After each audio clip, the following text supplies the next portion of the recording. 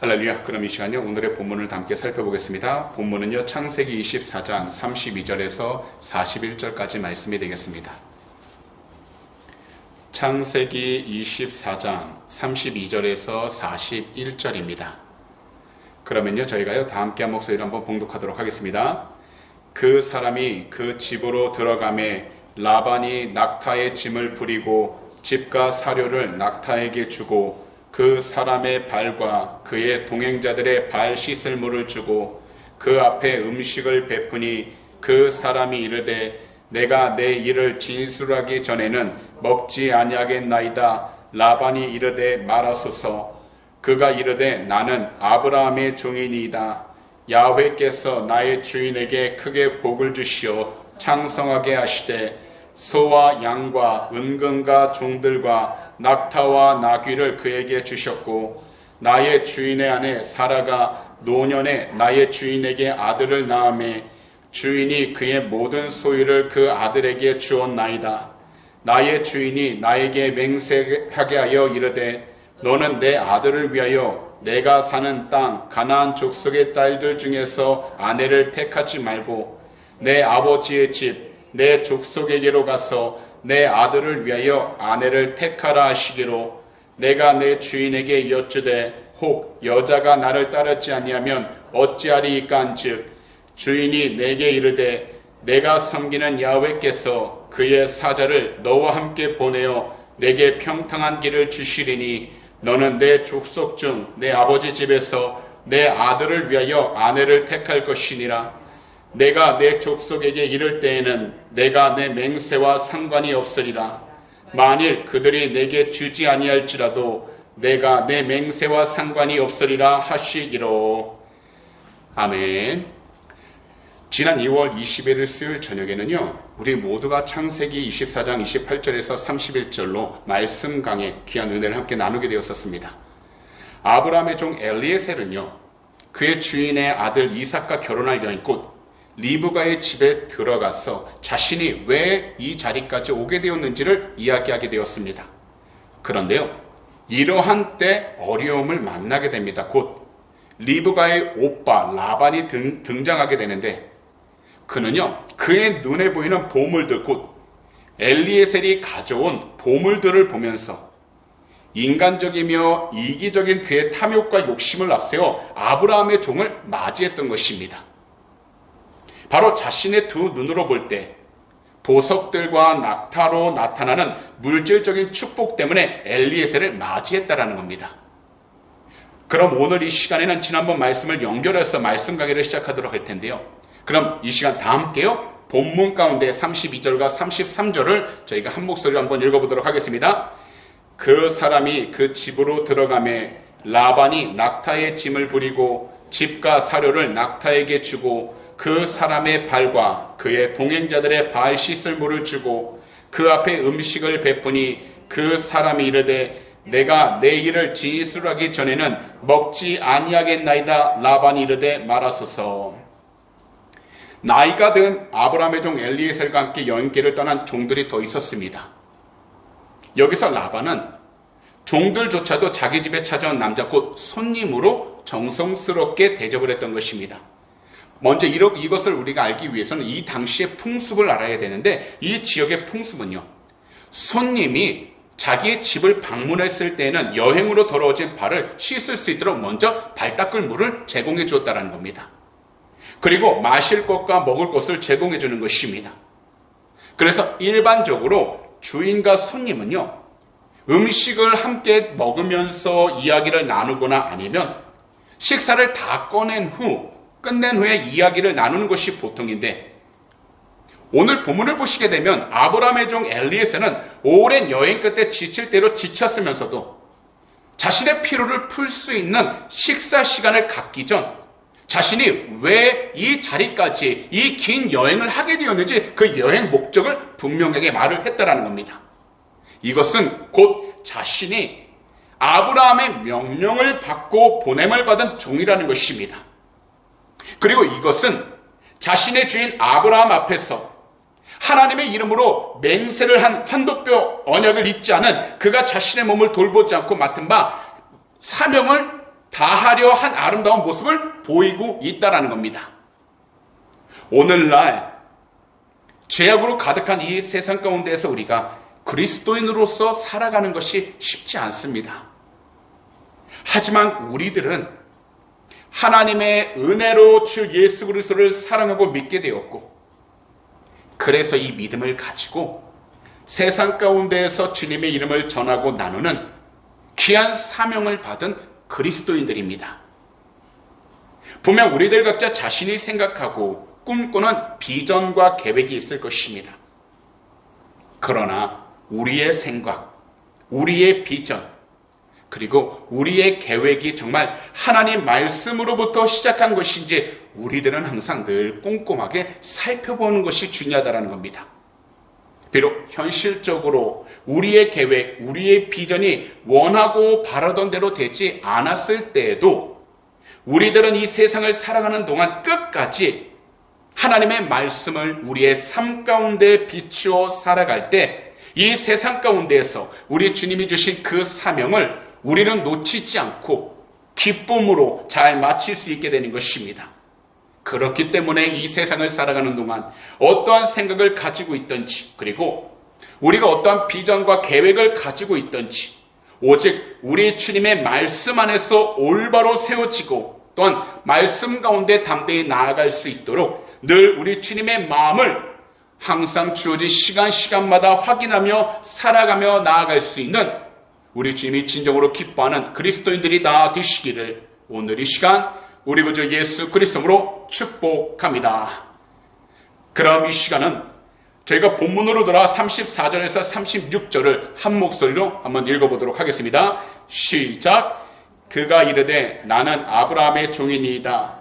야훼께서 나의 주인에게 크게 복을 주시오 창성하게 하시되 소와 양과 은금과 종들과 낙타와 나귀를 그에게 주셨고 나의 주인의 아내 사라가 노년에 나의 주인에게 아들을 낳음에 주인이 그의 모든 소유를 그 아들에게 주었나이다.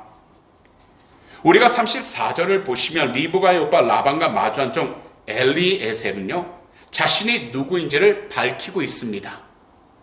사실 앞전 32절과 33절을 생각해 본다면 라반은 리브가가 데리고 온 사람이 자신의 누이에게 준 보석이나 또한 그 사람이 타고 온 낙타 등 물질적인 부에만 관심을 기울이고 있었습니다. 하지만 35절과 36절을 보시면 아브라함의 종 에벤에셀은요 자신이 아브라함의 종이라는 사실을 밝힘으로써 자신이 가지고 있는 부가 자신의 것이 아니라 그의 주인 아브라함의 것임을 강조하고 있었다는 겁니다.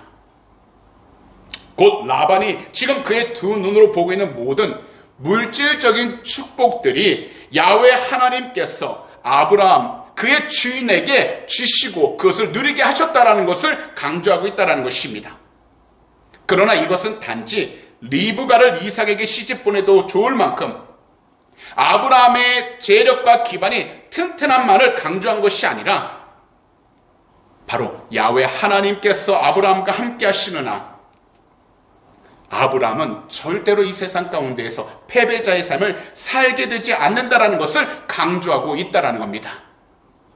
더욱이 라반의 여동생이 결혼하게 될 이삭이라는 청년의 위치가 얼마나 중요한지를 주인이 그의 모든 소유를 그 아들에게 주었나이다 라고 강조함으로써 그의 주인 아브라함이 가지고 있는 모든 부와 축복이 바로 리브가에게 청혼하고자 하는 아브라함의 아들 이삭에게 주어졌다라고 분명히 이야기를 한 것입니다.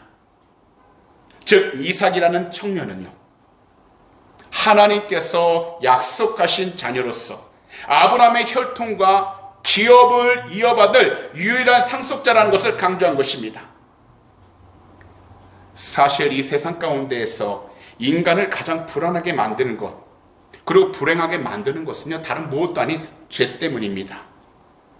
죄는요 하나님과의 단절과 분열을 가져다 주었고요. 그리고 죄라는 것은 우리의 삶 가운데만 있는 것이 아니라 세상 환경 곳곳에 있기 때문에 우리가 의도하지 않았어도 자연재해를 가져오게 함으로써 자연을 통해 고통을 받게 되며 또한 죄라는 것은 육체적 그리고 정신적 질병과 고통을 가져오게 했습니다. 그리고 결국 죄는 우리의 몸만 죽게 만드는 것이 아니라 우리의 영혼의 죽음도 가져오게 했다라는 겁니다. 그러다 보니 죄로 인해 하나님으로부터 멀어지게 되었고, 하나님부터 멀어지게 되니 결국 마귀의 종이 되게 되었으며, 이 세상 가운데에서 온갖 괴로움과 비참함을 당하게 하다 마지막에는 하나님 앞에 섰을 때 심판을 받아 지옥에 가도록 만들어버립니다. 결국 죄라는 것은 우리가 원하든 원치 않든 모두를 비참하게 만듭니다. 하지만 하나님께서는 이 죄의 문제를 해결해 주셨습니다. 바로 하나님의 아들, 우리 구주 예수 그리스도의 보혈로 우리의 생명을 위해 모든 것을 속죄하게 하셨다라는 것입니다. 그래서 레위기 17장 11절에서 이처럼 말씀하신 것인데요, 다 함께 한번 찾아보도록 하겠습니다. 레위기 17장 11절입니다. 구약 173페이지에 있습니다. 레위기 17장 11절입니다. 구약 173페이지입니다. 다 함께 저희가요 한 목소리 읽도록 하겠습니다. 육체의 생명은 피에 있음이라. 내가 이 피를 너희에게 주어 제단에 뿌려 너희와 생명을 위하여 속죄하게 하였나니 생명이 피에 있으므로 피가 죄를 속하느니라. 사실 우리 주님의 보혈은요, 창세기부터 요한계시록까지 한 줄기로 흐르고 있습니다. 이것은요, 하나님 한 분만의 영적 법칙이기 때문에 우리 주님의 보혈을 통해서만이 모든 죄를 눈보다 희도록 정결하게 하신다라는 것입니다. 그래서 요한계시록 7장 14절도 이처럼 말씀하시는데요, 이 구절도 함께 살펴보도록 하겠습니다. 요한계시록 7장 14절입니다. 신약 406페이지에 있습니다. 요한계시록 7장 14절입니다. 신약 406페이지입니다. 요한계시록 7장 14절 한 목소리 읽도록 하겠습니다. 내가 말하기를 내 주여 당신이 아시나이다 하니 그가 나에게 이르되 이는 큰 환난에서 나오는 자들인데 어린 양의 피에 그 옷을 씻어 희게 하였느니라. 결국 세상 가운데에서 우리가 하나님 앞에, 주님 앞에 설 때까지 이 세상을 이기고 정결하게 살아갈 수 있는 온전한 방법은 한 분, 주 예수 그리스도의 보혈을 의지하여 우리가 그 보혈을 믿고 의지함으로써 세상을 살아가야 한다는 겁니다. 사실 세상을 살아갈 때 죄가 없는 사람은 한 사람도 없습니다. 모두가 이기적입니다. 모두가 다 자기 중심적입니다. 모두가 다 자기만 잘 살고자 노력하고 그 목표만을 가지고 살아갑니다. 그러나 그것이 우리의 생명을 길게 하는 것이 아니라 바로 주 예수 그리스도의 보혈을 의지하여 우리의 죄를 먼저 주님 앞에 정결케 하는 그 사람만이 어떠한 환경 속에 있어도 하나님의 뜻 가운데서 올바로 나아갈 수 있게 되고 주님이 기뻐할 수 있는 영적인 삶을 살아가게 되어 이 세상 가운데서 우리 주님을 더욱더 증가하며 살아갈 수 있게 되는 것입니다. 그렇기 때문에 오늘 시간 이 자리에서 정말 중요한 것은 한 가지입니다. 바로 우리 모두가 이 사실을 믿고 나아가야 하는데, 그것은 곧 우리 구주 예수 그리스도 이름을 믿고서 우리 주님께서 흘리신 그 보혈을 믿어 모든 죄의 형벌로부터 완전히 속죄함을 받아야 하는 것입니다. 이것이 올바른 믿음입니다. 그런데도 수많은 사람들, 특히 주 예수 그리스도를 믿는다고 하는 그리스도인들 가운데서 주님의 보혈을 믿지 않는 안타까운 신앙인들이 참으로 많다라는 겁니다. 하루는요, 어떤 목사님이 숨이 멎어지려고 할 때 곁에 서 있던 한 성도님이 이 목사님을 위로하기 위해서 이처럼 말을 했다고 합니다. 목사님은 천국에 갈 수 있을 거예요. 제 어머니께서 말씀하시기를 천국에 갈 만한 자격이 있는 사람이라면 그건 바로 목사님이라고 하셨거든요. 그런데요, 이 성도님의 말을 듣고 계신 목사님은 한쪽 팔에 의지해 자신의 몸을 일으킨 뒤 거친 숨을 내쉬면서 다음과 같이 이야기를 했다고 합니다. 죽어가는 죄인에게 그런 헛소리를 하지 말게나. 나는 오직 예수 그리스도께서 흘리신 그 보혈에 의지해서만 천국에 가는 것이네 라고 이야기했다라는 겁니다. 그렇기 때문에 우리가 너무나도 잘 알고 있는 찬송가, 나의 죄를 씻기는 이 찬송가에는 이처럼 고백을 합니다. 나의 죄를 씻기는 예수의 피밖에 없네. 다시 정케하기도 예수의 피밖에 없네. 예수의 흘린 피 날 희게 하오니 귀하고 귀하다 예수의 피밖에 없네. 그러므로 이 세상에서 그 어떤 것을 의지하기보다는 오직 우리 주님의 보혈을 의지하여 이 세상을 살아가는 동안 우리 주님께서 정말로 기뻐하시는 참된 그리스도인들이 다 되시기를 오늘 이 시간 우리 구주 예수 그리스도로 축복합니다. 그럼 이 시간에는 본문 37절에서 41절을 한 목소리로 읽도록 하겠습니다. 시작. 나의 주인이 나에게 맹세하게 하여 이르되 너는 내 아들을 위하여 내가 사는 땅 가나안 족속의 딸들 중에서 아내를 택하지 말고 내 아버지의 집 내 족속에게로 가서 내 아들을 위하여 아내를 택하라 하시기로 내가 내 주인에게 여쭈되 혹 여자가 나를 따르지 아니하면 어찌하리이까 한즉 주인이 내게 이르되 내가 섬기는 야훼께서 그의 사자를 너와 함께 보내어 내게 평탄한 길을 주시리니 너는 내 족속 중 내 아버지 집에서 내 아들을 위하여 아내를 택할 것이니라. 내가 너의 족속에게 이를 때에는 내가 내 맹세와 상관이 없으리라. 만일 그들이 내게 주지 아니할지라도 내가 내 맹세와 상관이 없으리라 하시기로. 37절에서 41절까지 말씀은요, 다시금 아브라함의 종 에베네셀이 그의 주인 아브라함이 자신에게 명령한 사명에 관한 이야기를 다시금 설명하고 있는 부분입니다. 곧 그는 자신이 이곳까지 오게 된 과정을 라반에게 설명하면서 자신의 주인 아브라함이 무엇보다도 야훼 하나님께 순종하는 믿음의 사람임을 강조하고 있는 것입니다. 결국 아브라함은 자신의 친족 중에서 자신의 며느리를 얻기 원하는 소원과 이 일에 야훼 하나님께서 함께 주실 것을 믿는 아브라함의 믿음이 같이 증거되고 있다는 겁니다. 결국 믿음과 소망은 함께 간다는 것입니다. 그래서 이 세상을 살아갈 때 우리가 소망을 품는 것은 우리의 생각과 계획이 아니라 하나님의 말씀에 따라 우리가 품고 있는 소망이 진정 하나님의 뜻 가운데 올바른 것인지를 우리는 분별하면서 이 소망이 주님의 뜻 안에서 올바른 믿음으로 잘 세워질 수 있도록 영적으로 깨어있는 것이 중요한 것입니다. 사실 이 세상을 살아가면서 우리들 각자 서 있는 그 환경 가운데 어려움이 없는 사람 없습니다. 고통과 괴로움 없는 사람 없습니다. 더욱이 자신이 원하고 바라는 일들이 뜻대로 되지 않는 사람이 얼마나 참으로 많은지 모릅니다. 하물며 우리 조국 대한민국에서 떠나 이곳 호주에 와서 생활을 하다 보면 사실 한국에서 겪지 않아도 될 비자 문제와 모든 일들을 다시금 새롭게 시작해야 한다는 부담감은 이루 말할 수 없습니다. 거기다 언어의 문제도 있고요. 더욱이 좁은 이민 생활과 유학 생활 속에서 늘 마주하게 되는 인간관계는요, 정말 쉽지 않은 일들입니다.